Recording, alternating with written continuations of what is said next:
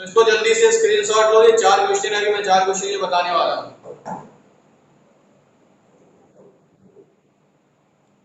जल्दी से स्क्रीनशॉट लीजिए और स्टार्ट करते हैं आज की क्लास। 4 क्वेश्चन आज मेरे पास है, इसको मुझे बताना है आज। बाकी क्वेश्चन आप लोग सॉल्व तो करोगे नहीं? अरे ठीक है यार, गुड मॉर्निंग। और क्या,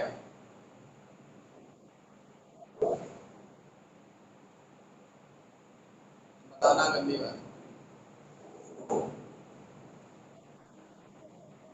स्क्रीनशॉट लेकर के जूम करके देख लेना।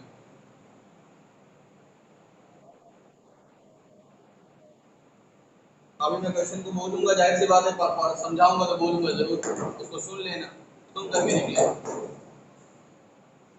थोड़ी सी मेहनत कर लेना।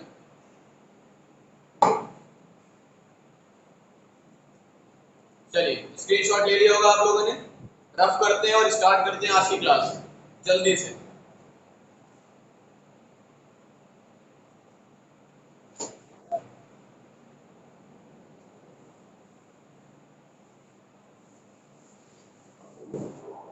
चलो, तो पहला क्वेश्चन ये था, a voltmeter V of resistance 400 ohm is used to measure the potential difference across a 100 ohm resistor in the circuit shown।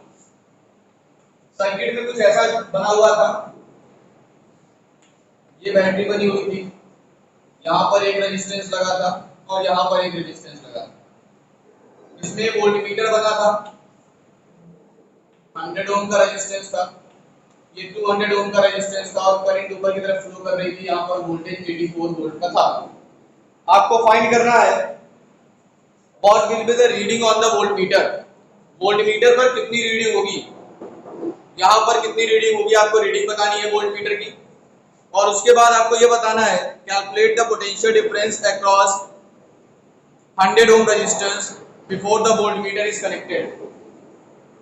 जब वोल्टमीटर कनेक्ट नहीं किया गया था, जब वोल्टमीटर कनेक्ट नहीं किया गया था उससे पहले, वोल्टमीटर के कनेक्ट करने से पहले इसका रेजिस्टेंस कितना था। सर यहाँ पर पोटेंशियल डिफरेंस 100 ओम का पोटेंशियल डिफरेंस कितना रहा होगा वोल्टमीटर कनेक्ट करने के बाद और वोल्टमीटर कनेक्ट करने से पहले। आपको ये बताना है कि वोल्टमीटर की रीडिंग क्या होगी वोल्टमीटर कनेक्ट करने के बाद, और अगर वोल्टमीटर ना लगाए होंगे तो इसके बीच यानी 100 ओम के रेजिस्टेंस के बीच में पोटेंशियल डिफरेंस कितना था, ये आपको बताना है। तो चलिए पहला क्वेश्चन लगाते हैं। फर्स्ट क्वेश्चन आपको क्वेश्चन में दिया हुआ है कि वोल्टमीटर की जो रेजिस्टेंस है वो 400 ओम का रेजिस्टेंस है। वोल्टमीटर का जो रेजिस्टेंस है वो 400 ओम का रेजिस्टेंस है। तो अगर इस वोल्टमीटर का रेजिस्टेंस 400 है तो हम सर्किट का इक्विवेलेंट रेजिस्टेंस फाइंड करना चाहेंगे। पहले सर्किट का इक्विवेलेंट रेजिस्टेंस, अगर हम रेजिस्टेंस को वोल्टमीटर को रेजिस्टेंस के जैसे दिखाएं तो आपको देखने में कुछ इस प्रकार से देखने को मिलेगा। ये 200 ओम है, ये 100 ओम है और यहाँ पर वोल्टमीटर लगा है 400 ओम का। तो सर्किट में आपको दिखेगा कि 100 ओम और 400 ओम ये दोनों किस में जुड़े हुए हैं, पैरेलल में जुड़े हुए हैं, और इसका जो रिजल्टेंट होगा वो इसके साथ 200 ओम के साथ सीरीज में जुड़ा होगा। तो हम टोटल रेजिस्टेंस फाइंड करना चाहेंगे, resistance between 100 ohm and voltmeter. Voltmeter और 100 ओम के बीच का रेजिस्टेंस मान लेते हैं R डैश है। तो R dash is equal to हो जाएगा 100 into 400 अपॉन 100 प्लस 400। ये फॉर्मूला होता है 4 अपॉन 500, कैंसिल होगा, 5 से कैंसिल करेंगे तो 80 ओम का रेजिस्टेंस आ जाएगा। किसके बीच में, 100 ओम और इसके बीच में 80 ओम का रेजिस्टेंस होगा। अब 80 ओम का रेजिस्टेंस ये हो गया और 200 ये है, तो टोटल रेजिस्टेंस कितना हो गया, सर्किट का total resistance R is equal to 200 plus 80। इसका मतलब कितना हो गया, 280 ओम का रेजिस्टेंस हो गया। 280 ओम का रेजिस्टेंस हो गया। अगर आपको सर्किट में करंट चाहिए तो आप सर्किट में करंट आसानी से निकाल सकते हैं। सर्किट में करंट कितनी होगी, तो I is equal to total voltage कितना है 84 और टोटल रेजिस्टेंस कितना आया है 280। आप इसको डिवाइड कीजिए, डिवाइड करने पर आपको वैल्यू मिलेगी 3/10, 28 से डिवाइड कर दीजिए तो 3/10 एम्पियर, इतना एम्पियर करंट आ जाएगी पूरी सर्किट में।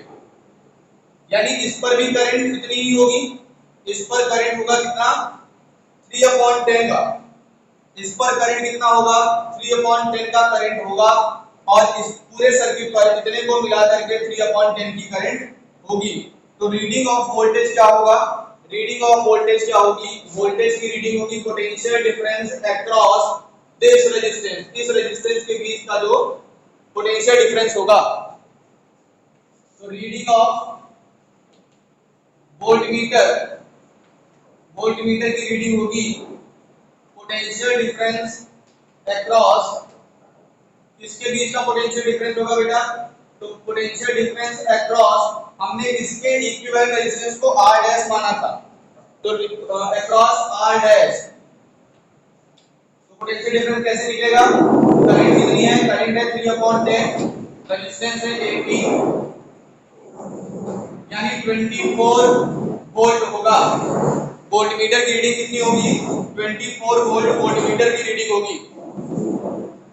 अगर आपको निकालना है कि अगर ये वोल्टमीटर ना जुड़ा हो, अगर वोल्टमीटर ना जुड़ा हो, जैसे सेकंड क्वेश्चन पूछ रहा है कि वोल्टमीटर जोड़ने से पहले 100 ओम के अक्रॉस पोटेंशियल बताइए, 100 वोल्ट के अक्रॉस पोटेंशियल डिफरेंस बताइए जब ये वोल्टमीटर ना जुड़ा रहा हो तब।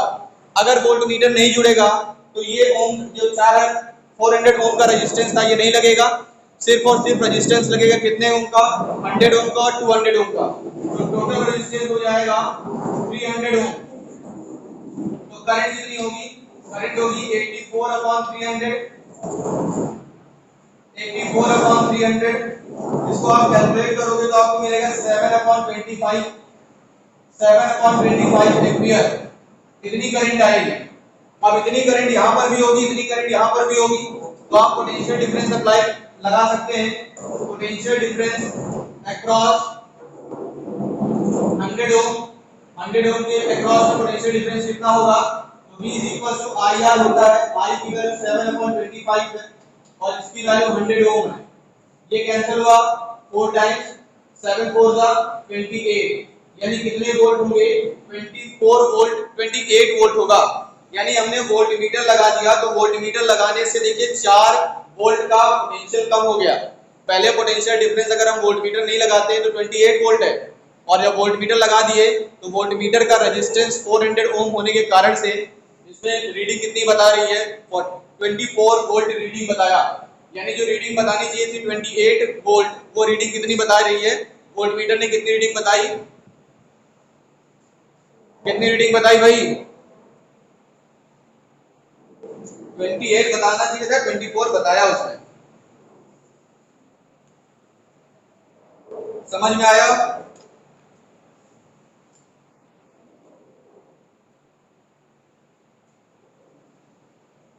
रफ करें इसको, स्क्रीनशॉट ले लीजिएगा।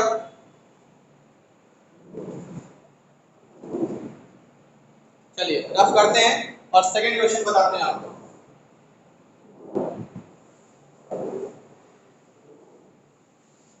सेकंड क्वेश्चन लिखा था उसको देखिए,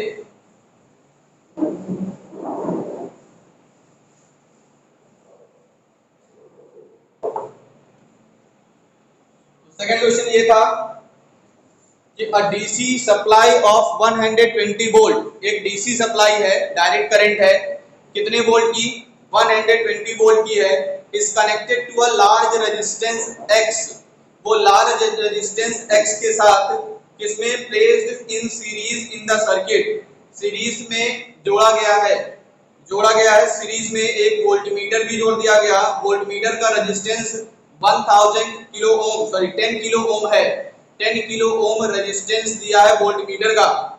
और अब सर्किट में क्या होता है, इन द सर्किट रीड्स 4 वोल्ट, यानी जो वोल्टमीटर लगाया गया वो कितना रीड करता है, 4 वोल्ट रीड करता है। और जबकि सर्किट में जो डीसी सप्लाई दी गई है, मेन सप्लाई वो 120 वोल्ट की है, बट जो वोल्टमीटर रीड कर रहा है वो कितना रीड कर रहा है, वोल्टमीटर की रीडिंग आ गई है 4 वोल्ट।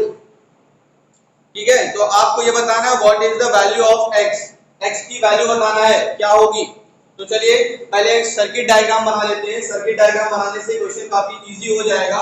तो एक डीसी मेंस दिया हुआ है कितने वोल्ट का, 120 वोल्ट का डीसी मेंस दिया हुआ है। तो हमने मान लिया कि ये डीसी मेंस है कितने वोल्ट का है, 120 वोल्ट का है। यहाँ पर क्या किया गया है, एक हाई रेजिस्टेंस जोड़ा गया है। हाई रेजिस्टेंस किसके साथ जोड़ा गया, वोल्टमीटर के साथ जोड़ा गया है। एक वोल्टमीटर के साथ हाई रेजिस्टेंस जोड़ा गया। ये वोल्टमीटर, ये रेजिस्टेंस X है। ये वोल्टमीटर रीडिंग कितनी बताता है, ये वोल्टमीटर रीडिंग बता रहा है 4 वोल्ट की। तो जाहिर सी बात है इसका भी वोल्टेज कितना होगा, इसका वोल्टेज कितना होगा बताइए आप लोग जल्दी से, इसका वोल्टेज कितना होगा, इसका वोल्टेज 4 होगा, इसका वोल्टेज कितना होगा, X का वोल्टेज क्या होगा। अगर वोल्टमीटर में वोल्टेज 4 वोल्ट आ रहा है जबकि मेन सप्लाई 120 वोल्ट की है, तो इस पर कितने वोल्टेज होंगे,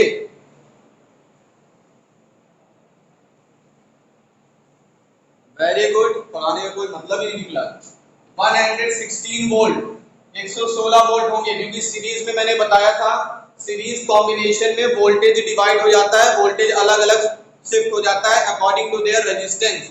रेजिस्टेंस के अकॉर्डिंग वोल्टेज डिवाइड हो जाता है, और पैरेलल कॉम्बिनेशन में वोल्टेज सेम रहता है। फिलहाल यहाँ पर सीरीज कॉम्बिनेशन है, तो सीरीज कॉम्बिनेशन में वोल्टेज सेम नहीं रहेगा, करंट सेम रहेगी। सीरीज कॉम्बिनेशन में करंट सेम रहती है, वोल्टेज अलग अलग होता है। तो करंट यहाँ से ड्रॉ हो रही होगी, कितनी करंट चल रही होगी, मान लेते हैं आई करंट यहाँ से चली होगी, तो इसमें से भी आई करंट गुजरेगी और यहाँ से भी आई करंट गुजरेगी। इसका हमें रेजिस्टेंस दिया हुआ है, इसका रेजिस्टेंस कितना दिया है, 10 किलो ओम रेजिस्टेंस दिया है। इसका रेजिस्टेंस हमें दिया हुआ है, वोल्टेज दिया हुआ है, तो वोल्टमीटर में कितनी करंट होगी, वोल्टमीटर की करंट हम आसानी से फाइंड कर सकते हैं। वोल्टमीटर में कितनी करंट होगी, तो V अपॉन R, V की वैल्यू 4 है और R की वैल्यू 10 किलो ओम, यानी 10 into 10 to the power 3 ओम। तो इसका आंसर आ जाएगा 4 into 10 to the power -4 ampere. इतने एम्पियर की करंट वोल्टमीटर से गुजरेगी।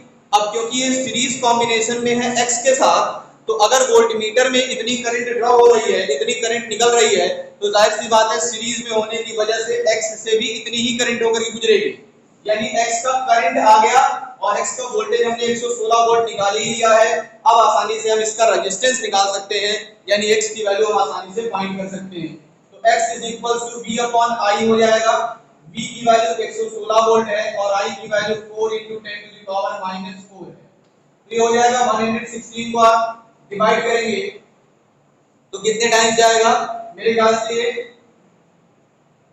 कितने टाइम जाएगा 29 और इनटू 10 टू द पावर 4, यानी इसका ओम कितना होगा, कितना रेजिस्टेंस होगा, तो इसका रेजिस्टेंस होगा 29 इनटू, या फिर आप लिख सकते हैं x की value 2.9 into 10 to the power 5 ohm का रेजिस्टेंस होगा, जो काफी ज्यादा रेजिस्टेंस होता है,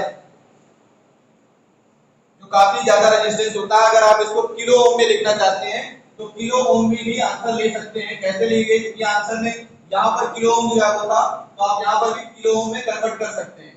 290 into 10 to the power 3 ओम लिख दीजिए, 10 to the power 3 को हटाएंगे तो हो जाएगा 290 किलो ओम, यानी 290 किलो ओम का रेजिस्टेंस लगाना होगा इस कॉम्बिनेशन को सॉल्व करने के लिए। मेरे ख्याल से समझ में आ गया होगा।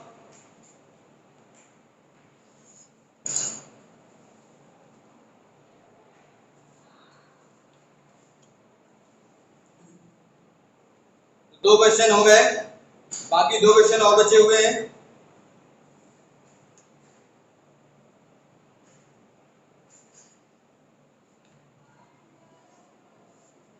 चलिए तीसरा क्वेश्चन देखिए, क्या था तीसरा क्वेश्चन, देखते हैं, रफ करें इसको। क्वेश्चंस लगाइए बेटा, क्वेश्चन न्यूमेरिकल आएंगे, इस तरह के क्वेश्चन आते हैं बोर्ड में।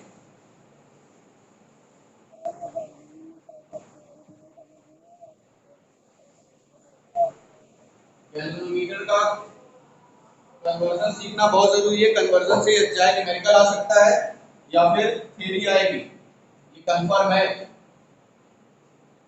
बहुत इंपॉर्टेंट है वो। और इसके न्यूमेरिकल्स लगाइए, इस चैप्टर से न्यूमेरिकल्स आते हैं अच्छे अच्छे। मैग्नेटिक फील्ड का ये सब मैंने पहले भी कहा था कि फोर्थ चैप्टर मतलब मैग्नेटिज्म की जान, मैग्नेटिक्स यहीं से स्टार्ट होती है, यहीं से पूरा समझ लो आधे से ज्यादा मैग्नेटिज्म जो चैप्टर है उसका 50% कोर्स आपका इसी से रिलेटेड है। ये चैप्टर समझ में आएगा तो आगे के सारे चैप्टर समझ में आएंगे। फिर अब जैसे अगला चैप्टर में पढ़ाऊंगा इलेक्ट्रोमैग्नेटिक इंडक्शन, तो वो भी आपको तभी समझ में आएगा जब ये समझ में आ रहा होगा तब, अदरवाइज सब पल्ले से बाहर चला जाएगा, कुछ मतलब नहीं निकलेगा। चलिए अगला क्वेश्चन जो हमने लिखा था, थर्ड क्वेश्चन, वो था कि an ammeter of resistance 0.80 ohm can measure currents up to 1 ampere. अब देखो ये गैल्वेनोमीटर वाला जो मैंने कन्वर्जन सिखाया था, गैल्वेनोमीटर को एमीटर में कन्वर्ट करना, उससे रिलेटेड ये क्वेश्चन है। एन एमीटर ऑफ रेजिस्टेंस, एक एमीटर है जिसका रेजिस्टेंस कितना है 0.08, एक एमीटर है जिसका रेजिस्टेंस 0.80 ओम है, can measure current up to 1 ampere, यानी 1 एम्पियर तक की करंट को ये मेजर कर सकता है। एक ऐसा एमीटर है जिसका रेजिस्टेंस 0.80 ओम है और वो 1 एम्पियर तक की करंट को मेजर कर सकता है। पहला क्वेश्चन इसमें पूछा गया था, what must be the shunt resistance to enable the emitter to measure current up to 5 ampere, यानी एमीटर के साथ शंट कितने ओम का शंट लगा दिया जाए, इस एमीटर में कितने ओम का शंट लगा दिया जाए कि ये 5 एम्पियर तक की करंट को मेजर कर सके। अभी ये एक एमीटर है जो सिर्फ और सिर्फ कितने एम्पियर की करंट को मेजर कर सकता है, 1 एम्पियर की करंट को मेजर कर सकता है।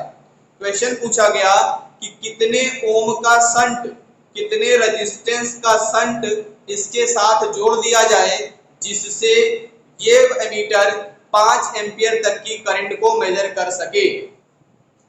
तो बेटा इसमें करंट दिया हुआ है, करंट कह रहा है कितने ओम तक की करंट को मेजर कर सकते हैं, 1 एम्पियर की करंट को मेजर कर सकते हैं। यानी जो हमारा गैल्वेनोमीटर होगा, गैल्वेनोमीटर से सिर्फ 1 एम्पियर की करंट गुजरनी चाहिए, गैल्वेनोमीटर में सिर्फ 1 एम्पियर की करंट गुजरनी चाहिए। और गैल्वेनोमीटर का रेजिस्टेंस दिया हुआ है, रेजिस्टेंस ऑफ गैल्वेनोमीटर दिया हुआ है कितना 0.80 ओम का रेजिस्टेंस है, ठीक है। और कितना करंट मेजर करना चाहते हैं, हम करंट मेजर करना चाहते हैं 5 एम्पियर की करंट मेजर करना चाहते हैं। गैल्वेनोमीटर में जैसे हमने सीखा था, कल मैंने सिखाया था, आपको बताया था कन्वर्जन करना। तो ये एक गैल्वेनोमीटर है, मान लीजिए ये एक गैल्वेनोमीटर है, इसमें 5 एम्पियर की करंट को मेजर करना है।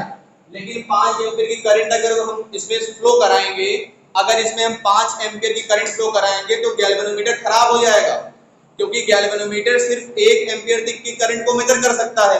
तो क्या करेंगे, इसके साथ एक ऐसा शंट लगा देंगे जो इसकी 4 एम्पियर की करंट को अपने अंदर से गुजार दे। और इसके लिए सीरीज कॉम्बिनेशन जोड़ना बेटर होगा या पैरेलल कॉम्बिनेशन में जोड़ना बेटर होगा, पैरेलल में, क्योंकि सीरीज में करंट तो सेम रहती है। पैरेलल में क्या करेंगे, एक शंट जोड़ देंगे। पैरेलल में हमने क्या जोड़ दिया, देखिए एक शंट जोड़ दिया पैरेलल में। इससे क्या होगा कि इसमें जाएगी एक करंट आएगी जिसकी वैल्यू कितनी होगी 1 एम्पियर, और इसमें क्या जाएगा, करंट जाएगा कितने एम्पियर का करंट जाएगा, इसमें बेटा 4 एम्पियर का करंट जाना चाहिए, क्योंकि 5 एम्पियर की करंट को हम मेजर करना चाहते हैं। तो इससे सिर्फ 1 एम्पियर की जाए, क्योंकि यहाँ पर दिया हुआ है 1 एम्पियर की करंट को मेजर कर सकता है। और इसका रेजिस्टेंस हमें पता है, इसका रेजिस्टेंस हमें पता है। अगर इसका वोल्टेज सॉरी इसका करंट पता है, इसका रेजिस्टेंस पता है, तो इसमें कितना वोल्ट होना चाहिए, वोल्टेज हम फाइंड कर लेंगे, इसका वोल्टेज फाइंड कर लेंगे। और पैरेलल में जुड़े होने के कारण से शंट रेजिस्टेंस का जो वोल्टेज है वो गैल्वेनोमीटर के वोल्टेज के बराबर होगा।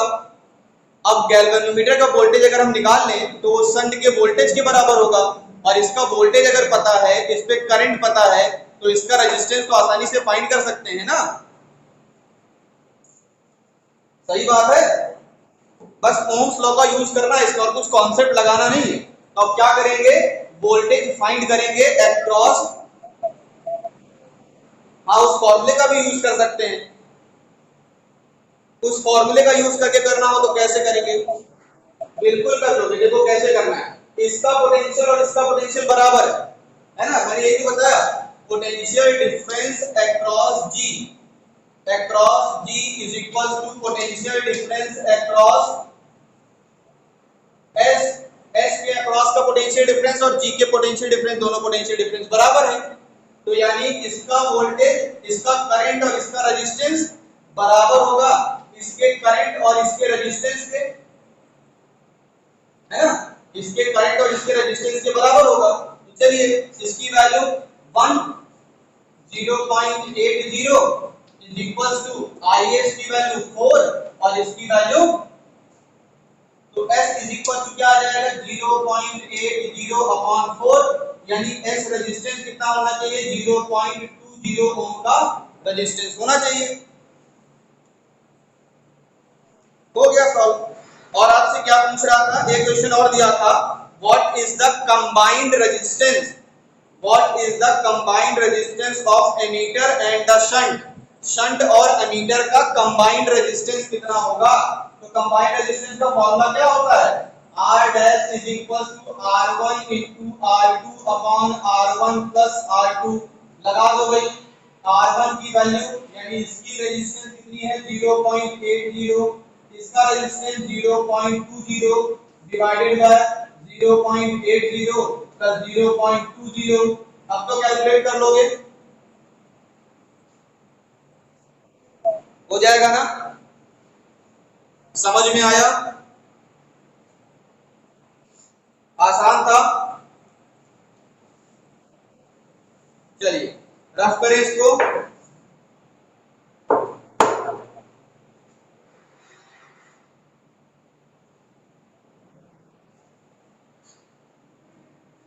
तो गैल्वेनोमीटर वाले क्वेश्चन बेटा न्यूमेरिकल देखो इतने आसान है, बस आपको एक बार कॉन्सेप्ट दिमाग में रखना है कि सीरीज में क्या चेंज होता है, पैरेलल में क्या चेंज होता है, क्या डिवाइड हो सकता है, क्या डिवाइड नहीं हो सकता। इन सब कॉन्सेप्ट को, जो छोटी-छोटी चीजें मैंने बताई हैं, अगर आप उसको माइंड में अपने रखेंगे तो ये क्वेश्चंस लगाना कोई बहुत बड़ी बात नहीं होगी, बहुत आसानी से आप क्वेश्चंस लगा पाएंगे। चौथा क्वेश्चन देखिएगा, चौथा क्वेश्चन निहायत ही आसान क्वेश्चन है, बहुत ही आसान क्वेश्चन है, सिर्फ और सिर्फ फॉर्मूले पर वैल्यू पुट करनी है, आंसर आ जाएगा, लेकिन फॉर्मूला याद होना बहुत जरूरी है इसके लिए। तो क्वेश्चन दिया हुआ है, a straight wire carries a current of 3 ampere, एक स्ट्रेट वायर है जिसमें करंट फ्लो हो रही है 3 एंपियर की, ये एक स्ट्रेट वायर है जिसमें I यानी 3 एंपियर की करंट फ्लो हो रही है। Calculate the magnitude of the magnetic field, आपको मैग्नेटिक फील्ड का मैग्नीट्यूड कैलकुलेट करना है at a point 10 centimetre away from the wire, wire से 10 सेंटीमीटर की डिस्टेंस पर एक पॉइंट है, कहां पर, वायर से 10 सेंटीमीटर की डिस्टेंस पर एक पॉइंट है, मान लीजिए इस वायर से 10 सेंटीमीटर की डिस्टेंस पर ये एक पॉइंट P है, इस पॉइंट पर हमें क्या फाइंड करना है, मैग्नेटिक फील्ड फाइंड करना है, 10 सेंटीमीटर की डिस्टेंस पर मैग्नेटिक फील्ड फाइंड करना है। तो हमें बताइए कि 10 सेंटीमीटर इसमें वायर पर जो मैग्नेटिक फील्ड बनेगी वो किस तरीके की मैग्नेटिक फील्ड बनेगी। तो आप कहोगे सर ये वायर है, ये मान लीजिए वायर है, ये करंट ऊपर जा रही है तो मैग्नेटिक फील्ड बनेगी ऐसे, हम राइट हैंड से इसको होल्ड कर लेंगे, अंगूठा हमारा करंट की डायरेक्शन में होगा, उंगलियां फोल्ड होंगी जिस डायरेक्शन में, यानी मैग्नेटिक फील्ड ऐसे बनेगी, ये मैग्नेटिक फील्ड का पैटर्न होगा। और अगर वायर के करंट से मैग्नेटिक फील्ड की बात करें तो इसका फॉर्मूला क्या होता है, थोड़ा बता सकता है कोई, मैग्नेटिक फील्ड का फॉर्मूला ड्यू टू वायर, वो तो फाइनाइट लेंथ के लिए था, ये इनफाइनाइट लेंथ की वायर है, वो फाइनाइट लेंथ के था, हाँ ये फाइनाइट लेंथ की है, हाँ mu naught I upon 2 pi R या A जो लेना चाहो, mu naught I upon 2 pi R, simple सा फॉर्मूला है और कुछ करना ही नहीं इसमें। अब क्या करेंगे, 2 से ऊपर नीचे मल्टीप्लाई कर देंगे तो आ जाएगा म्यू नॉट अपॉन 4 पाई इनटू 2I अपॉन R, तो इसकी वैल्यू 10 टू द पावर -7 होती है, 2I की वैल्यू 3 एंपियर और R की वैल्यू 10 सेंटीमीटर है, यानी 10 into 10 to the power -2 metre हो जाएगी। समझ में आया, 3 2 जा 6 हो जाएगा, ये हो जाएगा 10 टू द पावर -1 और -1 ऊपर जाएगा तो +1, तो 10 to the power -7 into 10 to the power +1, यानी 6 into 10 टू द पावर -6, क्या यूनिट क्या होती है, यूनिट क्या होती है मैग्नेटिक फील्ड की? हाँ टेस्ला, या फिर क्या लिख सकते हैं टेस्ला के अलावा? हाँ टेस्ला के अलावा weber per metre square, weber per metre square. ठीक है, समझ में आया? कर लोगे इस तरह के क्वेश्चन सब? हाँ